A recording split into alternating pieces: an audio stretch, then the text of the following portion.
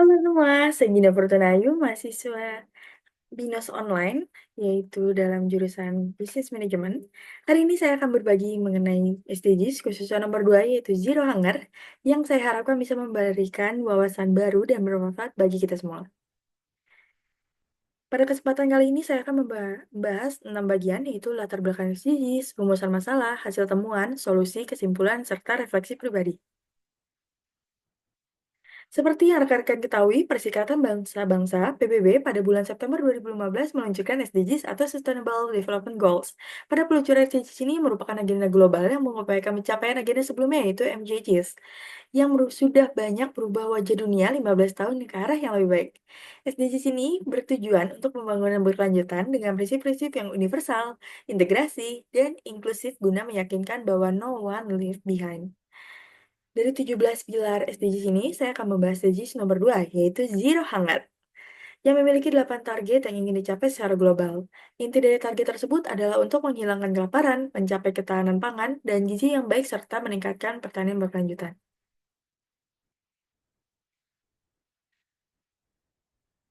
Di Indonesia, meskipun banyak sekali sumber daya alamnya, kelaparan tetap menjadi masalah terutama pada aspek ketahanan pangan di Indonesia termasuk krisis pangan global, kesenjangan distribusi pangan, terbatasnya pemanfaatan sumber daya, serta rendahnya kesadaran tentang pentingnya konsumsi pangan bergizi yang menjadi fokus utama SDGs nomor 2.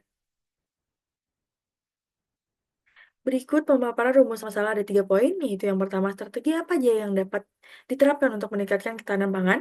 Yang kedua, apa saja tantangan utama dalam mengimplementasikan kebijakan ketahanan pangan untuk mendukung SDGs nomor 2. Yang ketiga, peran keterlibatan berbagai pihak seperti masyarakat, swasta, dan pemerintah dalam mewujudkan ketahanan pangan yang merata. Saya juga memaparkan mengenai tujuan, yaitu ada 3 juga, memberikan edukasi tentang pentingnya ketahanan pangan dan gizi yang seimbang. Yang kedua, meningkatkan ketahanan pangan masyarakat melalui pendekatan berbasis teknologi yang inovatif. Yang terakhir, memfasilitasi masyarakat dan mengoptimalisasi sumber daya sekitar untuk menciptakan ketahanan pangan yang berkelanjutan. Berikut ada 5 target dari Zero Hunger. Saya juga memiliki hasil temuan dari proyek ini. Itu rekan-rekan dapat lihat di sini, berdasarkan data Global Index, pada tahun 2024, Indonesia memperoleh skor 16,9 yang termasuk kategori kelaparan moderat. Dengan skor ini, Indonesia berada pada peringkat 77 sebagai negara kelaparan tertinggi dari 127 negara di dunia.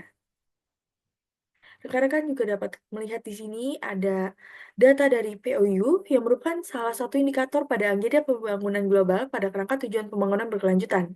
Penyusunan data POU ini dilakukan oleh BPS berdasarkan data Susenas pada bulan Maret yang berasal dari data pengeluaran rumah tangga. Nah, angka POU ini merupakan gambaran konsumsi kalori yang didasarkan pada tinggi badan menurut umur dan jenis kelamin.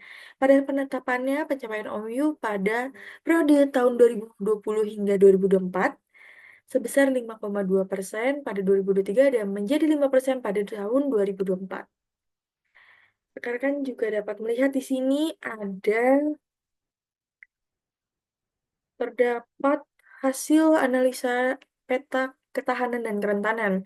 Nah, dapat terlihat di sini rentan rawan pangannya pada prioritas 1 sampai 3 mengalami penurunan dari 74 kabupaten atau kota pada tahun 2022 dan menjadi 12% pada 2024.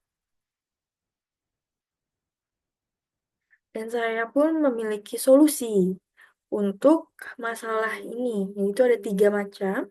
Yang pertama, pemerintah bekerja sama dengan organisasi terkait untuk meluncurkan program peningkatan akses pangan dan pengembangan pertanian berkelanjutan, termasuk teknologi pertanian yang ramah lingkungan.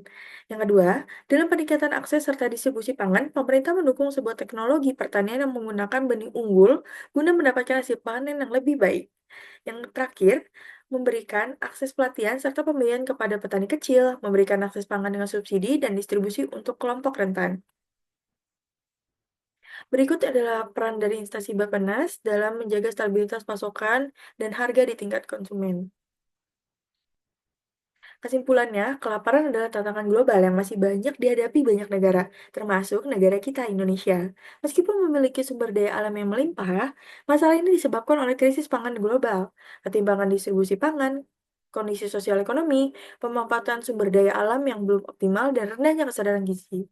Untuk mencapai SDGs nomor 2 ini, kerjasama erat dan kebijakan yang mendukung pertanian berkelanjutan serta infrastruktur distribusi pangan yang sangat penting. Berikut adalah sesi refleksi pribadi.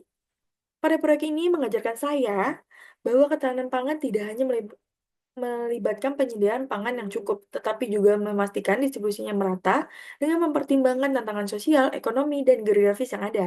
Saya juga belajar bahwa untuk mencapai tujuan tersebut dibutuhkan kerjasama antara pemerintah, sektor swasta, dan masyarakat dalam menciptakan solusi yang dapat bertahan lama.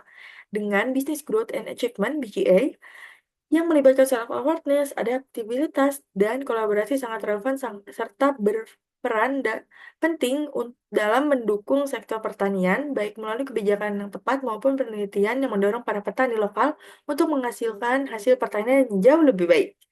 Dan saya dapat menyimpulkan bahwa untuk mencapai SDGs nomor 2 ini, kita perlu bekerja sama dalam segala bidang dengan meningkat kolaborasi dalam mewujudkan proyek ini, bekerja sama dengan rekan-rekan dengan latar belakang, serta pandangan yang beragam memperkuat solusi yang tersedia. Dengan berbagai fakta data yang dipaparkan oleh lembaga internasional Global Hunger Index dan World Population Review menjadi tolak ukur nyata bagi masyarakat dalam menilai kerja pemerintah nantinya. Mudah-mudahan apa yang dicita-citakan Presiden baru kita Bapak Prabowo Subianto tentang perbaikan gizi anak-anak Indonesia dan swabenda pangan bisa segera terrealisasikan dengan secara optimal, sehingga rakyat menjadi yang terdepan dalam memperoleh nikmat kemerdekaan dan sistem demokrasi yang berlaku di Indonesia. Berikut adalah daftar pustaka dari materi yang telah saya susun. Atas perhatiannya, saya ucapkan terima kasih.